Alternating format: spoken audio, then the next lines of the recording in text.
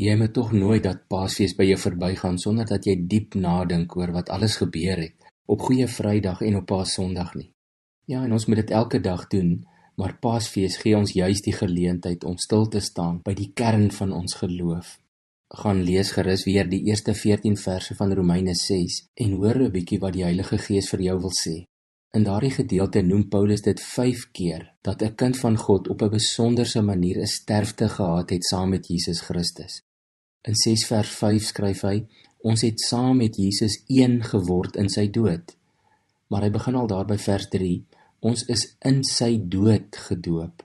Vers 4, saam met hom is ons in sy dood ook begrawe.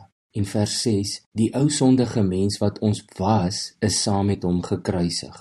En in vers 8, ons het saam met Christus gesterwe. 5 keer.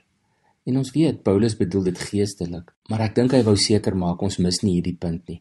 In vers 7 skryf hy dat iemand wat gesterf het, is immers vry van die mag van sonde. Die geestelike dood moet vir ons net so realisties wees, amper soos 'n fisiese dood. Want iemand wat fisies dood is tog vry van die mag van sonde, hulle is vry van alle aardse beperkinge. Maar nou hoekom is Paulus so ernstig oor hierdie saak? Ek dink hy was bang, ons besef nie, dat as ek en jy sê ons behoort aan Jesus Christus, dan behoort jou lewe aan hom, en dat ons eintlik dood moet wees vir 'n klomp goed. Richard Rohr skryf oor die gebeure op Golgotha, dat as ons so na die Joodse leiers en die optrede van die soldate en selfs die skare kyk, dan word so baie van die mens daar ontbloot. Daar sien ons die menslike inklinasie of geneigtheid om te wil doodmaak.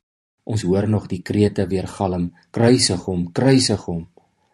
Maar wat die Here eintlik wil sien, is dat ons sterf aan onsself, ons eie illusies, ons eie voorgee en pretensie, ons egoïsme, narsisme selfs, en ons selfvernietigende gedrag. Jesus het vir ons gesterf, en dit is baie meer as net 'n soort van 'n finansiële ruiltransaksie. Ja, hy het ons rekening by God vereffen, maar dit is baie meer as dit. Wanneer ons dit sien net as ruilhandel, dit is dan wanneer Christene hulle vryheid begin misbruik as 'n verskoning om sonde te doen. Want, dink hulle, Jesus het mos betaal, so ek is vry om te doen wat ek wil. Nee, Jesus het gesterf op Golgotha vir ons, in solidariteit met die mensdom. En daarom skryf Paulus, ons het saam met hom gesterf, en ons is saam met hom dood en begrawe. Iets van my moet ook sterf op Golgotha. En Paulus sê, dit is my ou mens wat daar gesterf het. Nou maak dit eintlik sin wat Jesus gesê het in Lukas 9 vers 23 en 24. Daar staan, toe het hy vir almal gesê, as iemand agter my aan wil kom, moet hy homself verloon, elke dag sy kruis opneem en my volg.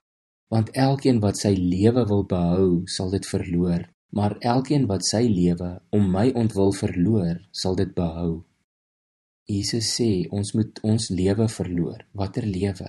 Die lewe van die ou mens.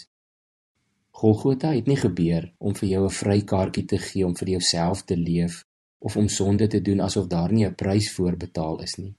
Golgotha het gebeur, sodat ons saam met Christus gekruisig kan wees, saam met hom kon sterf, sodat hy in ons kon opstaan. Dink 'n bietjie daaroor. Kom ons bid saam.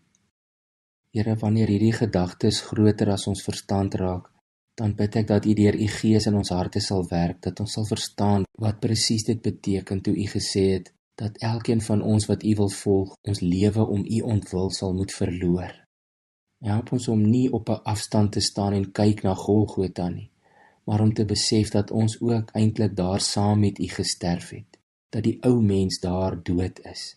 Dankie dat ons lewe en saam met U lewe. Ons wil baie meer daarvan leer. Help ons asseblief, o Gees. Amen.